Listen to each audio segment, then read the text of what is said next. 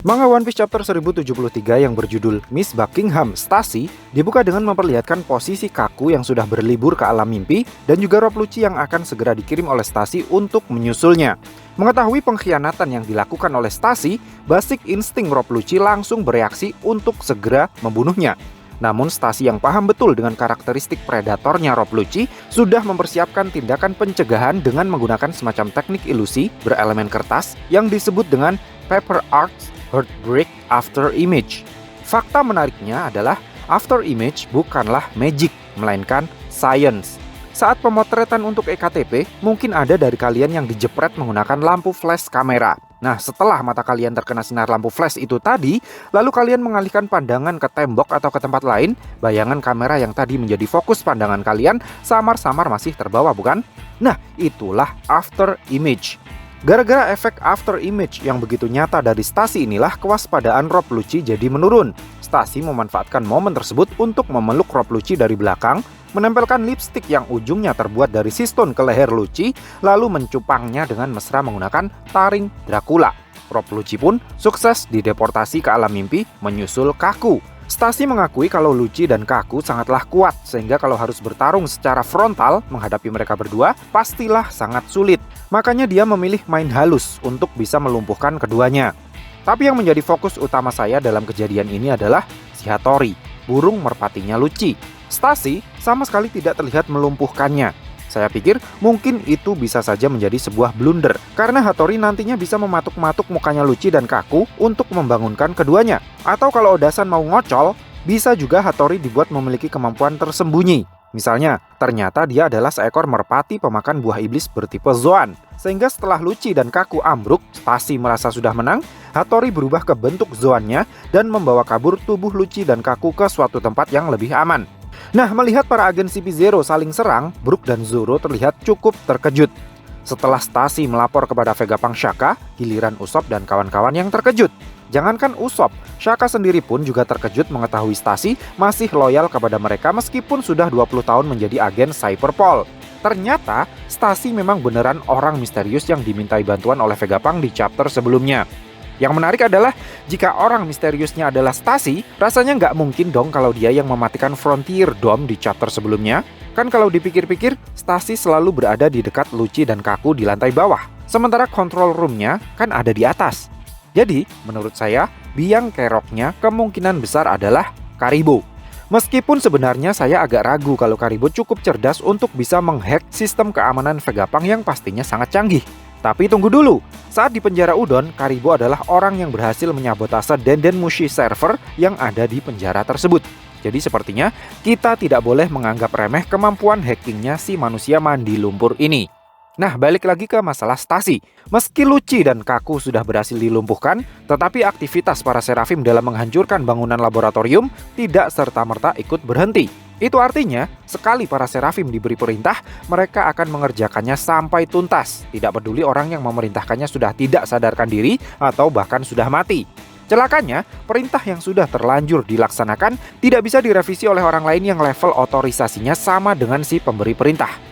Karena level otorisasinya Stacy dan Lucci sama, Stacy tidak bisa merevisi perintah Lucci atas para Seraphim. Hanya Vegapunk dan Gorosei yang bisa melakukannya. Itulah sebabnya Lilith dan Edison tetap harus turun tangan untuk menghentikan para Seraphim sebelum laboratorium atas benar-benar rata dengan tanah. Sayangnya, belum selesai kalimat perintah yang Lilith ucapkan, S-Hawk sudah keburu menyerangnya dengan sadis. Untungnya ada Zoro yang menahan ayunan pedangnya S-Hawk. Kalau tidak, habislah dia. Nah, di saat Zoro dan S-Hawk saling beradu pedang, Zoro mengatakan sesuatu yang menurut saya cukup menarik. Dalam versi terjemahannya yang sudah disempurnakan, Zoro bilang yang kurang lebihnya seperti ini. Setelah melihat lebih dekat, sebenarnya masih ada sisi manusiawinya. Tetapi tetap saja, sebenarnya kamu ini apa? Mungkin sekilas perkataan Zoro ini tidak bermakna terlalu banyak. Tetapi coba lihat, Zoro mengatakan kalimat itu setelah melihat ekspresi S-Hawk yang kesal sampai keluar keringat dingin. Jadi mungkin maksud Zoro, ekspresi kesal dan keringatannya S-Hawk itu adalah bukti bahwa S-Hawk masih punya rasa takut seperti manusia tulen. Hanya saja, kekuatan fisiknya di luar nalar, sehingga Zoro masih tidak yakin yang dihadapinya itu beneran manusia atau bukan. Apalagi penampilannya sangat mirip dengan Dracul Mihawk versi anak-anak. Berdasar dari adegan ini pula, saya menduga kalau S-Hawk bisa merasakan kalau Zoro lebih kuat darinya. Selesai dengan percobaan Lilith yang gagal total, kini giliran Edison yang ingin mencoba lagi. Namun sama halnya dengan Lilith, belum selesai Edison mengucapkan mantranya, dia sudah lebih dulu diserang oleh Seraphim lainnya. Kini giliran S-Shark yang menyerangnya dengan laser beam. Meski laser beam sudah terlanjur ditembakkan, tetapi Edison kali ini berhasil menyelesaikan kalimat perintahnya. Dan untungnya lagi, ada Sanji yang menyelamatkannya dari tembakan laser beamnya S-Shark. Hingga akhirnya keanarkisan para Seraphim bisa dihentikan dan kedua Vegapunk selamat dengan kondisi badan masih utuh.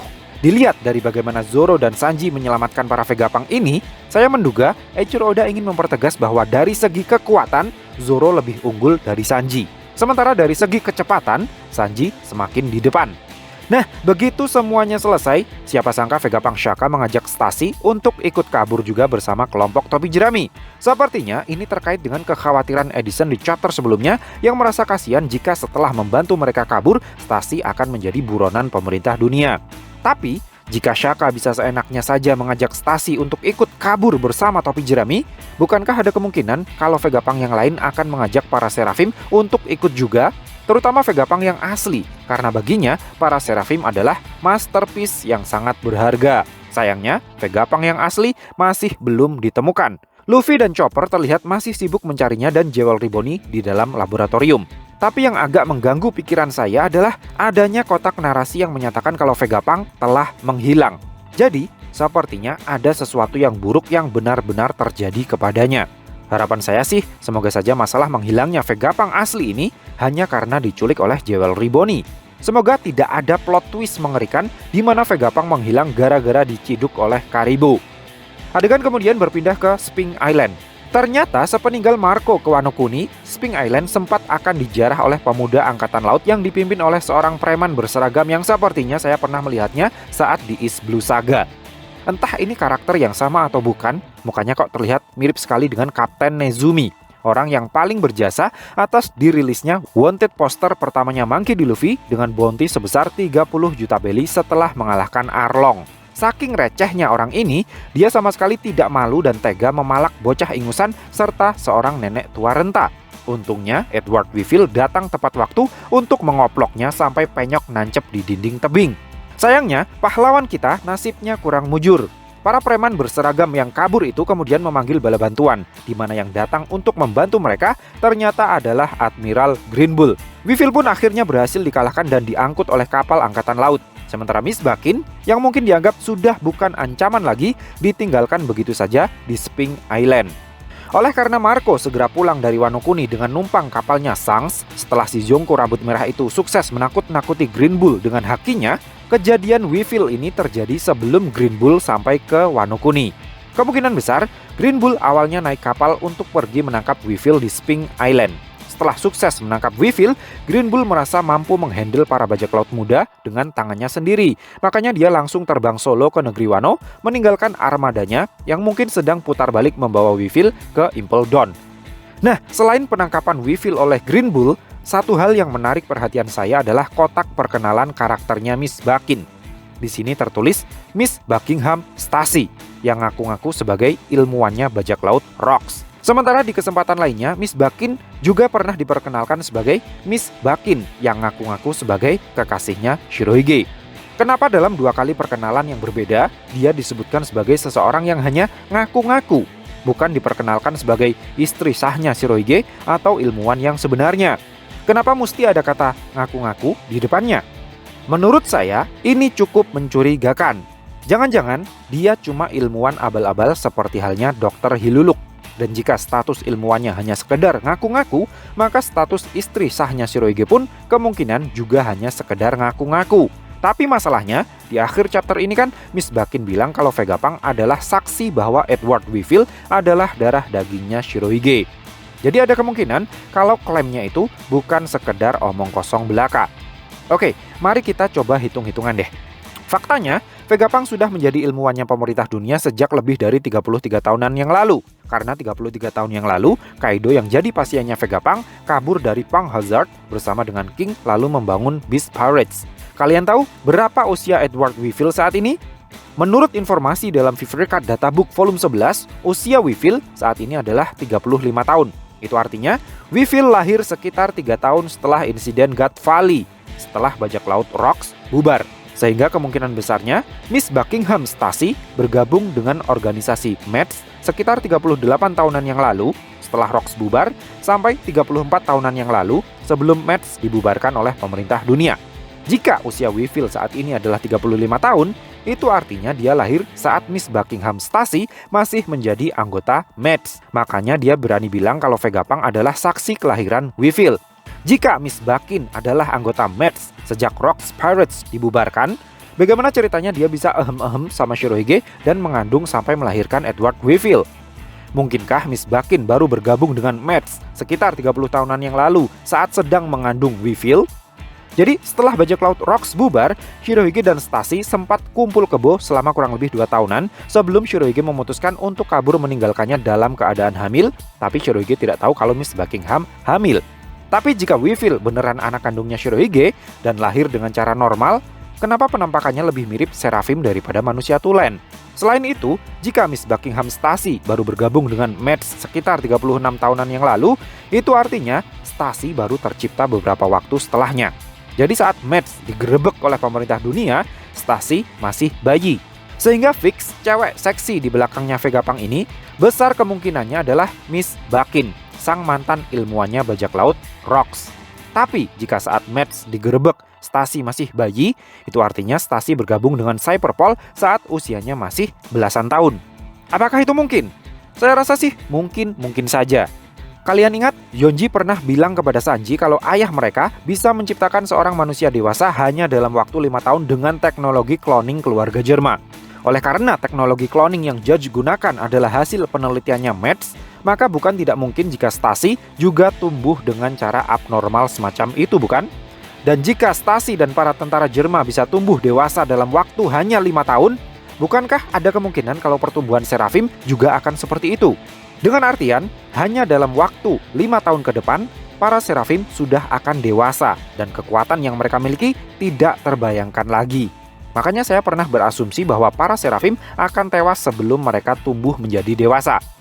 Dan asumsi saya itu menjadi lebih kuat karena di akhir chapter ini telah diperlihatkan bahwa yang datang ke Egghead Island tidak hanya Admiral Kizaru, melainkan juga seorang Gorosei yang bernama Saint Yegarsia Saturn. Saya yakin keikutsertaan seorang Gorosei ke Egghead Island tidak lain dan tidak bukan karena dia ingin merebut kendali atas para Seraphim. Karena seperti yang kita tahu, hanya Gorosei lah pemegang otoritas yang lebih tinggi dari Vegapunk atas para Seraphim. Jadi, jika pemerintah dunia beneran menginginkan Seraphim, maka seorang Gorosei wajib turun tangan langsung ke Egghead Island. Lalu, jika seorang Gorosei sudah memegang kendali penuh atas para Seraphim, maka hanya ada satu cara untuk menghentikan mereka, yaitu dengan menghancurkannya. Nah, karena Gorosei ini memiliki nama belakang Saturn yang mungkin diadopsi dari nama planet atau nama-nama dewa bangsa Romawi, maka kita bisa berasumsi bahwa keempat Gorosei yang lain mungkin juga memiliki nama yang bertema dewa sejenis. Jadi mungkin keempat Gorosei yang lain ada yang punya nama belakang Mercury, Venus, Mars, dan Jupiter atau Jove. Dan karena nama Gorosei ini adalah Saturn yang menurut kepercayaan bangsa Romawi adalah dewa yang berkuasa atas waktu, maka ada kemungkinan kalau kekuatan dari Saint Yegarsia Saturn berhubungan dengan manipulasi waktu. Secara keseluruhan, chapter kali ini masih sama dengan beberapa chapter sebelumnya. Sangat luar biasa. Saya kasih rating sempurna lagi deh untuk chapter kali ini. So, piye menurutmu Cah? Terima kasih sudah mampir ke channel kami. Jangan lupa like, share, dan subscribe jika menurut kalian video-video kami cukup menarik untuk ditonton. Sampai ketemu lagi dalam video kami yang berikutnya, and matur nuwun.